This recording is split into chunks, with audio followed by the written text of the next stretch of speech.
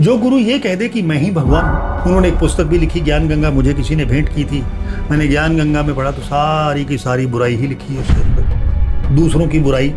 ये लोग जो इकट्ठे हुए हैं ये सिर्फ एक मांग के लिए इकट्ठे हुए कि हमें कुछ देगा परमात्मा, हमें कुछ गुरु दे देगा, दिलवा देगा, परमात्मा से दिलवा देगा, हमारी मांगे पूरी कर देगा। रामपाल जी बड़ा अच्छा कार्य कर रहे हैं, लेकिन वास्तविक रूप में वो गुरु नहीं है, लोगों को गलत मार्ग पे चला रहे हैं और ऐसे गुरु ठीक नहीं है हमारे समाज के लिए। दोस्तों, ये हैं दिव्य शक्ति अखाड़े के महामंडलेश्वर कमल किशोर जी। आइए इनकी बात सुनते हैं संत रामपाल जी महाराज जी के बारे में। इन्होंने आखिर क्या स्टेटमेंट दी है और क्या संत रामपाल जी महाराज को ये ठीक से समझ पाए हैं, या फिर इनके पास क्या उस लेवल का ज्ञान है जो संत रामपाल जी महाराज की उस ज्ञान गंगा पुस्तक में लिखी बातों को ये समझ पाए, और किस प्रकार से ये मिसलीड हैं। आइए इनको सही तरीका बताते हैं संत रामपाल जी महाराज जी को समझने का और इस आध्यात्मिक ज्ञान को समझने का। जिस राह पे चल रहे हैं, जिस राह से भगवान को पाने की कोशिश कर रहे हैं, उस राह से भगवान कैसे नहीं मिलेगा और हमारे सदग्रंथ क्या कहते हैं, इस वीडियो में इनको समझ में आएगा। तो इस वीडियो को शेयर भी कर देना और कमेंट में अपनी राय भी जरूर बताएं। तो कमल किशोर जी का कहना है, पहला तो संत रामपाल जी महाराज अपने आप को भगवान बताते हैं, क्योंकि वो वास्तविक गुरु नहीं है। जो गुरु ये कह दे कि मैं ही भगवान हूँ, तो इसकी बात हम आगे करेंगे। वीडियो की शुरुआत में ही इनसे नाम के बारे में पूछा गया कि आखिर नाम क्या है, तो इन्होंने गुरुवाणी से सतनाम का जिक्र किया कि सतनाम ही सच्चा नाम है, लेकिन सतनाम के बारे में इनको ABCD का ज्ञान नहीं है। पहली बात तो नाम क्या है। गुरुवाणी में एक शब्द आता है सतनाम, कर्ता पुरुष निर्भव निर्वैर अकाल मूरत अजूनी सहभंग गुरु प्रसाद जप। यानी गुरु के प्रसाद से क्या मिलता है? नाम मिलता है। सतनाम यानी सत्य, जिसे यूं भी कहा जाता है ईश्वर सत्य है, सत्य ही शिव है, शिव ही सुंदर है। परमात्मा एक है, नाम उसके भले ही कई हो सकते हैं। जैसे हमारे यहाँ ये कहा जाता है विष्णु सहस्त्रनाम, गायत्री सहस्त्रनाम, लक्ष्मी सहस्त्रनाम, हजारों नाम एक ही परमात्मा के कहे जाते हैं। शिव स्तोत्र हजारों नाम, 1008 नाम उसके भी हैं। नाम कोई भी हो, सतनाम मतलब ये कहते हैं कि भाई एक सच्चा नाम होना चाहिए, तो वो सच्चा नाम है कौन सा, वो भी तो बताओ। लेकिन ये 10-12 नाम इकट्ठे बोल देते हैं कि भाई हाँ, इनमें से कोई भी एक नाम स्वीकार कर लो, यही सतनाम होता है। मतलब जो मंत्र कहीं भी किसी भी सदग्रंथ में नहीं है, उसको आप सतनाम बताने लग जाओ। नाम कोई भी हो, लेकिन उस नाम के पीछे जो भावनाएं छिपी होती हैं, वो गुरु उनको बताता है कि देखो तुम्हें सत्य मार्ग पर चलना है। मतलब मनमुखी और मनमानी साधना करने के बारे में पवित्र गीता जी भी मना करती है, लेकिन बाबा जी को इस चीज का भी ज्ञान नहीं है। गीता अध्याय 16 के श्लोक 23 में लिखा है कि जो मनमानी साधना करता है, जो शास्त्र विधि को त्याग कर मनमाना आचरण करता है, उसकी ना तो गति होती है और ना ही उसको सुख प्राप्त होता है। तो मतलब जो आप मनमानी साधना करने का दिशा निर्देश दे रहे हैं, जबकि ये सरासर गलत है।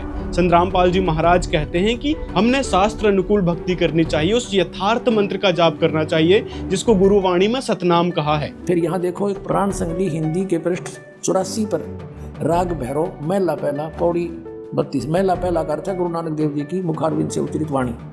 साध संगत मिल ज्ञान प्रगासै, साध संगत मिल कमल विगासै। कमल, ये कमल बढ़ रहे अपने शरीर में। साध संगत मिल मन माना और नाम है नहा ओम सोहम जाना। नामों में नाम कहते ये है एक मंत्र 2 अक्षर का, जो सतनाम है। और इस कहते हैं सगल भवन मई एक को ज्योति, सतगुरु पाया सहज सर्वोत, नानक किलबस काटे तही सहज मिले अमृत सिचाही। नानक साहब जी कह रहे हैं कि नामों में नाम ये मंत्र है, यही सतनाम है। अरे नकलिया ने पूछ कर देखो।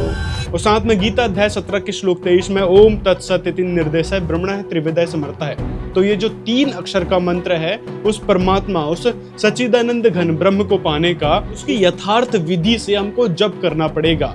और ये जो मंत्र है ये संकेत के रूप में है, जो ओम तत्सत लिखा है। ओम तो यथार्थ रूप से मंत्र है, जो कि गीता अध्याय 8 के श्लोक 13 में भी लिखा है कि ओम मुझ ब्रह्म का जाप है। और ये गीता अध्याय 17 के श्लोक 23 में उस सच्चिदानंद घन ब्रह्म का मंत्र बताया है। तो कमल किशोर जी से कहना चाहेंगे कि आपका जीवन इतना व्यतीत हो गया, लेकिन आपको एक्चुअल में सतनाम के बारे में जानकारी नहीं कि वह सच्चा नाम कौन सा और हमारे सदग्रंथ क्या कहते हैं। सदग्रंथों का आप हवाला भी देते हैं कि सदग्रंथों के अनुसार हमने भक्ति करना चाहिए। गुरु की डेफिनेशन भी आपने दी है। एक गुण को चुन लें। गुरु सिर्फ गुणों को अंदर डालता है शिष्य के। लेकिन उससे पहले गुरु के अंदर वो सारे गुण होने चाहिए। तो आप जिस भक्ति का, जिस मंत्र का, जिस नाम का जिक्र कर रहे थे, वो तो शास्त्रों में कहीं से कहीं तक नहीं लिखा है। यहाँ तक कि पुराणों में जो ऋषियों ने अपना मत दिए हैं वो भी कष्ट साध्य बताया गया है भागवत महापुराण में। कि ऋषियों ने जितने भी मत दिए भगवान को पाने के लिए वो सभी कष्ट साध्य रहे हैं और भगवान की सच में प्राप्ति नहीं हुई है, ना ही उनके कर्म संस्कार यानी पाप कर्म कट पाए हैं उन साधनाओं से। और उस यथार्थ साधना के बारे में गीता अध्याय 4 के श्लोक 34 में बताया कि वह यथार्थ साधना तत्वदर्शी संत बताएंगे। तो वह तत्वदर्शी संत कौन है? संत रामपाल जी महाराज, जो कि पवित्र गीता वेद पुराण के अनुसार भक्ति बता रहे हैं, जो कि ज्ञान गंगा पुस्तक में भी लिखा हुआ है, जिसको आप सोच रहे हैं कि वो लोगों की बुराई करते हैं। ज्ञान गंगा पुस्तक में लोगों की बुराइयां भरी पड़ी है। उन्होंने एक पुस्तक भी लिखी ज्ञान गंगा, मुझे किसी ने भेंट की थी। मैंने ज्ञान गंगा में पढ़ा तो सारी की सारी बुराई ही लिखी है उसके अंदर, दूसरों की बुराई। और शास्त्र कहते हैं कि जो किसी की बुराई करता है वो अपने पुण्यों को क्षीण करता है और दूसरे के पापों को धोता है। जबकि बुराइयां नहीं, वहां पर सच लिखा है। ज्ञान गंगा पुस्तक में पूरा सच बताया गया है, जिसको आप बुराई समझ रहे हो। और निंदा या फिर बुराई किसे कहते हैं इसकी डेफिनेशन तक आपको नहीं पता, तो फिर आप किस बात के महामंडलेश्वर और दिव्य शक्ति पीठ के आचार्य हुए, जब आपको बुराई निंदा के बीच में फर्क ही नहीं पता कि बुराई क्या होती है, निंदा क्या होती है और सच बताना क्या होता है। ज्ञान गंगा पुस्तक में हर एक चीज प्रमाणित करके संत रामपाल जी महाराज ने लिखी है, तो फिर वो निंदा या बुराई कैसे हुई? अगर संत रामपाल जी महाराज ने लिख दिया कि जितने भी ये गुरु हैं जो राम राम राधे राधे कृष्ण कृष्ण और ओम नमः शिवाय जैसे मंत्रों को जाप करने को देते हैं और कहते हैं कि भाई शास्त्र अनुकूल साधना है और उससे भक्ति करने से सभी समस्याएं दूर होंगी, और संत रामपाल जी महाराज ने कह दिया कि ये सब झूठ बोल रहे हैं, क्योंकि शास्त्रों में इन सभी मंत्रों का कोई प्रावधान नहीं है, कोई जिक्र नहीं है। तो क्या ये बुराई करना हुआ या निंदा करना हुआ या फिर सच बताना हुआ? एक्चुअल में ये सारी बात जो संत रामपाल जी ने बताई है, प्रमाणित करके बताई है, यानी सच बताई है। और कहीं ना कहीं आप उन मंत्रों का जाप भी करते रहे होंगे, तो इस कारण आपको बुरा लग गया कि संत रामपाल जी महाराज तो देखो बुराई करते रहते हैं। अब नाम, शिव नाम कल्याणकारी, राम नाम कल्याणकारी, ये कहा जाता है। किसने कहा वो तो बताओ कि ये जो नाम है ये दोनों कल्याणकारी हैं, ऐसा किसने कहा? जब श्री रामचंद्र जी और कृष्ण जी को तक अपने प्रारब्ध के कर्म भोगने पड़े, तो उनसे कल्याण कैसे हो सकता है? उनके नाम जाप से कल्याण कैसे हो सकता है? अब ब्रह्मा विष्णु महेश की बात करें, जब वो खुद जन्म मरण के चक्र में है, शिव महापुराण, देवी भागवत महापुराण से संत रामपाल जी महाराज ने प्रमाण दिखाया कि इन तीनों देवताओं की जन्म मृत्यु होती है, और ये खुद स्वीकार कर रहे हैं देवी भागवत महापुराण में। ये आप प्रमाण देख सकते हैं और वीडियो पॉज करके पढ़ भी सकते हैं। लेकिन बाबा जी इन सब चीजों पर विश्वास नहीं करते, क्योंकि उनको सिर्फ और सिर्फ सुनी सुनाई और मनमानी भक्ति पर ही विश्वास है, शास्त्रों में बताई भक्ति पर नहीं। इस कारण संत रामपाल जी महाराज की किताबों में लिखी बातें इनको बुराई लग रही है। लेकिन गुरु कैसा होना चाहिए? जो खुद ज्ञानी हो, जो खुद प्रकाश में हो। गु मैंने होता है अंधेरा, रु मैंने होता है प्रकाश। गु मैंने होता है भारी, रु मैंने होता है हल्का। गु मैंने होता है अज्ञान, रु मैंने होता है ज्ञान। जो अज्ञान से ज्ञान की ओर ले जाए, जो बुरी आदतों से अच्छी आदतों की ओर ले जाए, जो अवगुणों से गुणों की ओर ले जाए, जो हमारे सारे मन के मैल को धो दे, वो होता है गुरु। अब अगर गुरु ही अंधकार में खड़ा हो, गुरु को ही ज्ञान ना हो, तो वो हमें शिष्य को कैसे आगे ले जाएगा? वो अगर नाम दान भी देगा तो ऐसा लगेगा जैसे कि उसने फॉर्मेलिटी पूरी की है, नाम दे दिया है। तो इतनी सारी जो बातें आपने बताई हैं वो किस गुरु पर फिट बैठ रही है, जरा ये भी बताते चलो। जितने भी गुरु हैं आज के दिन भारतवर्ष में, सभी की सभी किसी भी प्रकार के भक्ति मार्ग के नियम नहीं बताते, दीक्षा देते समय या ज्ञान प्रवचन करते समय। यहाँ तक कि जो समाधान बताते हैं वो भी डिफरेंट होते हैं। किसी को कुछ बता दिया, आराम लग गया तो ठीक है, नहीं तो भाई ये कर लो, ये टोटका अपना लो, ये चीज कर लो, इस चीज का जाप कर लो, उस चीज का जाप कर लो, लेकिन कोई पक्का सॉल्यूशन नहीं देते। तो ये गुरु क्या होते हैं? लोगों को मिसलीड करने का काम करते हैं, लोगों को सिर्फ और सिर्फ ठगने का काम करते हैं। और ये बात संत रामपाल जी महाराज ने प्रमाणित करके बताई, और आप खुद समझ सकते हैं कि आप या फिर आपके जैसे जितने भी गुरु हैं वो लोगों को क्या ही सॉल्यूशन देते होंगे कि इस मंत्र का जाप कर लो, ये टोटका करवा लो, ये देवी के व्रत रख लो। ये सब मनमानी साधना में आता है। व्रत करने के बारे में गीता अध्याय 6 के श्लोक 16 में मना किया गया है कि यह साधना ना तो अधिक खाने वाले की और ना ही बिल्कुल ना खाने, ना अधिक सोने वाले की और ना ही बिल्कुल ना सोने, यानी जागरण करने वाले की कभी सफल नहीं होती। भक्ति साधना, भक्ति योग कभी सफल नहीं होता, यानी परमात्मा नहीं मिलता। ये बात संत रामपाल जी महाराज ने बताई है, तो इसमें बुराई वाली कौन सी बात है? ये तो प्रमाणित साधना है ना। तो कमल किशोर जी, बेशक आपको थोड़ा सा ज्ञान नहीं है संतराम पाल जी महाराज के बारे में, शास्त्रों के बारे में, लेकिन लोगों को इस प्रकार से मिसलीड मत करो। और आप जो मिसलीड हुए हो तो एक बार संतराम पाल जी महाराज से मिलो, उनके स्वभाव के बारे में भी पता चलेगा। जो गुरविंदर सिंह जी के बारे में आप कह रहे थे ना कि उनका स्वभाव अच्छा लगा, हम उनसे मिले हैं, तो एक बार संतराम पाल जी महाराज से भी मिलो। जो आप गुरविंदर जी के बारे में कहने लग रहे हो वो शब्द आपको संतराम पाल जी महाराज जी के बारे में कहने पड़ेंगे, और उनसे कहीं अधिक तारीफ आप संतराम पाल जी महाराज की कर रहे होंगे। उनके चेहरे पे एक अलग ही नूर है, अलग ही तेज है। जब बात करते हैं तो ऐसा लगता है जैसे मुंह से कुछ फूल झड़ते हैं। मीठी वाणी, बड़े स्नेह से बात करते हैं। और उन्होंने सबसे पहली लाइन यही कही थी जब हम मिले थे, मैं तो निमाणा जे बंदा है। निमाणा मीन्स मैं तो बहुत साधारण सा व्यक्ति हूँ। आपके साथ काम शुरू से साथ में काम कर आगे भी रहेंगे। हाँ बस यही उम्मीद कर रहा है। सेवक हैं आपके और सदा ही सेवक रहेंगे। किसान और मजदूर दुखी नहीं होता है जब तुम्हारी पास। और गुरु कभी अपने आप को गुरु या ईश्वर नहीं कहता, और उन्होंने कभी अपने आप को गुरु या ईश्वर कहा ही नहीं। भाई हमको लालच नहीं करते, भगवान बिना गुजारा नहीं है। हम तो बेटा सेवा करी है, हमने मन में भगवान खोजा है। जब भगवान मिल जाता है ना, कसर नहीं रह के आएंगे। हम टोटल में इतना पावर कनेक्शन नहीं होता। पावर कनेक्शन लो सबके ठाठ करते हो। ये करोड़ों आदमी जिनका साइकिल नहीं चलता, आराम डालना है, पूछ रहे देख के सेवा में जुटे रहते हैं, सेवा में लोगों को जुटाते रहते हैं। आओ सेवा करो, आओ और सेवा करो। स्वयं कभी को अपने आप को भगवान नहीं कहते या ईश्वर नहीं कहते, सेवक कहते हैं। निमाणा जय बंदा मीन्स दास कहते हैं, मैं तो भगवान का दास हूँ। और यही उनकी महानता का सबसे बड़ा कारण है। हमारी तो कोई जीव हमारी जाति है, मानव धर्म हमारा, हिंदू मुस्लिम सिख ईसाई धर्म नहीं कोई नारा, हमारा तो ये नारा है। हम सारे समाज को एक करेंगे, भगवान मिलता है तो। ये खाम खागे रोड है, ये वाल्मीकि है, ये कुमार है, ये फलाना है। हम एक पिता की संतान, हम एक बनाएंगे। जब सारा झंझट मिटेगा, एक हो गए, सब न सुखी कराएंगे, जब बनेगी। इसीलिए आज उनके साथ लाखों लोग तो जुड़े हैं, लेकिन दिल से जुड़े हैं और स्वच्छ मन से स्वच्छ आचरण लेकर जुड़े हैं। शुद्ध मन शुद्ध आचरण लेकर जुड़े हैं। गुरु यही सिखाता है कि शुद्ध आचरण होना चाहिए, शुद्ध मन होना चाहिए, प्योरिटी। अब भगवान कौन कहता है? संतराम पाल जी महाराज के शिष्य कहते हैं, क्योंकि संतराम पाल जी महाराज द्वारा बताई भक्ति साधना से, उस यथार्थ मंत्र से, सतनाम से लाभ मिल रहे होते हैं। संतराम पाल जी महाराज जो भी भक्ति विधि बताते हैं, जो मर्यादा बताते हैं, क्योंकि शिष्य को सुधारने का गुरु का फर्ज होता है। और गुरु जो भक्ति मार्ग, जो मर्यादा बताता है, उसको शिष्य को अंतिम श्वास तक पालन करना होता है। ये संतराम पाल जी महाराज की भक्ति मर्यादा में आता है कि शिष्य वो ही कहा जाएगा जो संतराम पाल जी महाराज द्वारा बताए इन 11 नियमों का पालन करेगा। 11 नियम में कौन सा है कि आपने किसी भी प्रकार से छुआछूत नहीं मानना है, नशा नहीं करना है। और जो आपने कहा था ना कि करोड़ों के शिष्य हैं संतराम पाल जी के, तो ये सारी भीड़ है। अब आपने कहा कि उनके लाखों शिष्य हैं, लाखों नहीं करोड़ों करोड़ों शिष्य हैं। ऐसे तो ये तो सारी भीड़ है। शिष्य नहीं कहेंगे उन्हें कहेंगे ये भीड़ है। तो ये बताओ कि भीड़ क्या इतने अनुशासित हो सकती है? संतराम पाल जी महाराज जी के कभी आश्रम में आकर देखना, किसी भी प्रकार का हुड़दंग आपको देखने को नहीं मिलेगा, किसी भी प्रकार की अव्यवस्था आपको देखने को नहीं मिलेगी, ना ही कोई नशा करने वाला देखने को मिलेगा। क्या भीड़ को नशा से छुटकारा दिलवाया जा सकता है? क्या दहेज से छुटकारा उस भीड़ को दिलवाया जा सकता है? तो आप दिलवा कर दिखा दो, क्योंकि आप कह रहे थे कि भाई 500-500 में भीड़ भी इकट्ठी की जा सकती है। बाकी भीड़ जुटाना तो भीड़ तो जुट जाती है।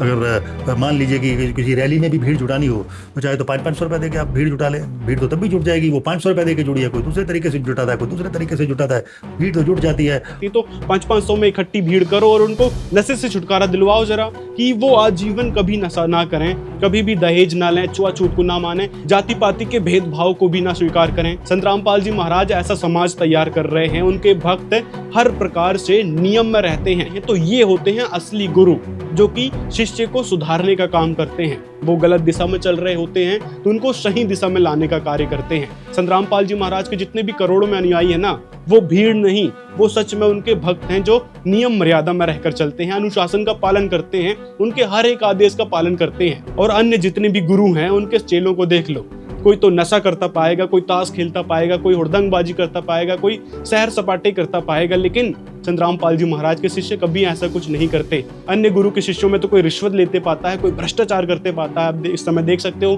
कितना भ्रष्टाचार चल रहा है जगह जगह। किसी भी नेता को, किसी भी अधिकारी को किसी चीज का कोई खौफ नहीं है, भगवान का कोई खौफ नहीं बचा है, जिस कारण वो लगातार लोगों का खून चूसते आए हैं। लोगों के लिए जो पैसे सैंक्शन होते हैं वो अपनी जेब भरने में लगा देते हैं, क्योंकि उनको भगवान का संविधान नहीं पता, भक्ति मर्यादा नहीं पता।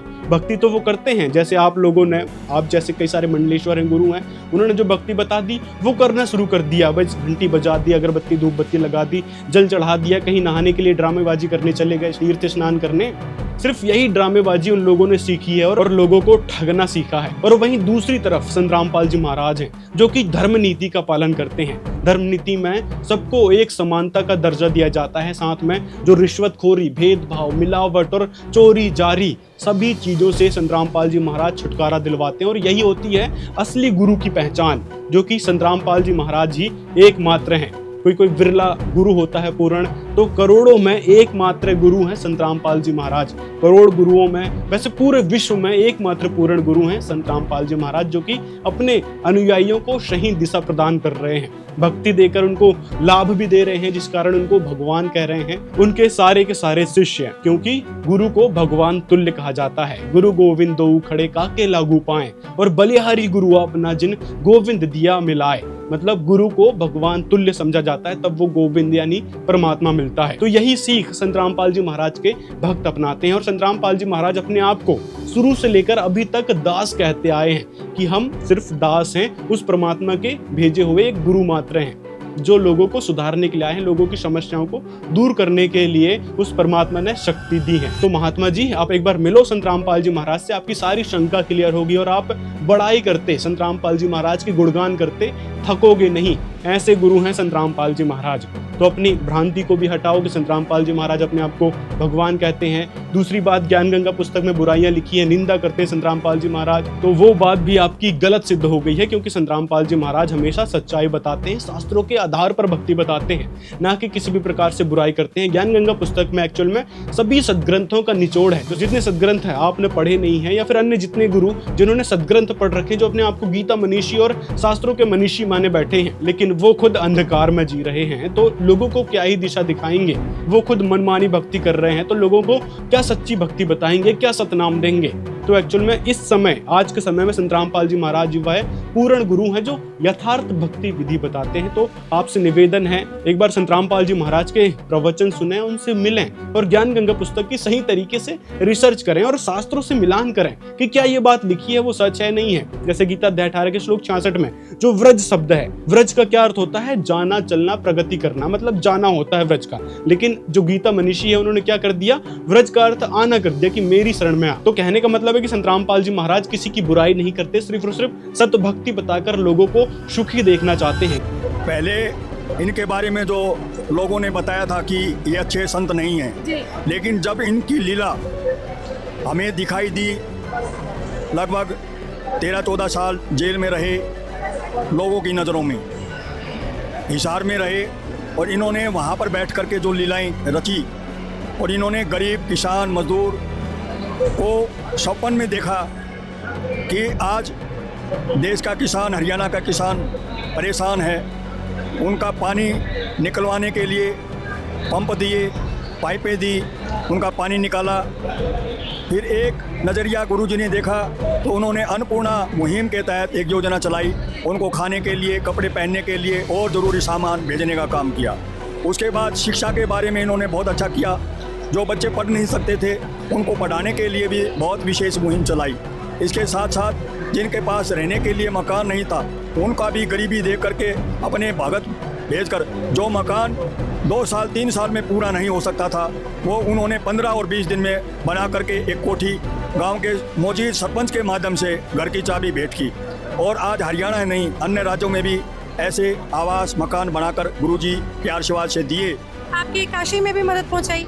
काशी में नहीं, पूरे हिंदुस्तान में मदद हो रही है। और आज कलयुग में सतयुग का आह्वान संतरामपाल जी महाराज ने कर दिया है। तो आप भी जुड़े संतरामपाल जी महाराज की इस कल्याणकारी विचारधारा से और आपकी जो शंका थी उसका हमने निवारण करने की कोशिश की है। और कमेंट में दोस्तों आप अपनी राय भी बताएं कि क्या महात्मा जी किस प्रकार से किस भ्रांति में जी रहे हैं, उनके बारे में भी आप कमेंट में बता सकते हैं। और क्या संतरामपाल जी महाराज अपने आप को भगवान कहते हैं या फिर संतरामपाल जी महाराज लोगों की निंदा करते हैं? आपकी क्या राय है कमेंट में जरूर बताएं, क्योंकि कमेंट बहुत जरूरी होते हैं, लोग अक्सर पढ़ते हैं और उस हिसाब से फिर वो अपना निर्णय लेते हैं। तो मिलते हैं अगले वीडियो में।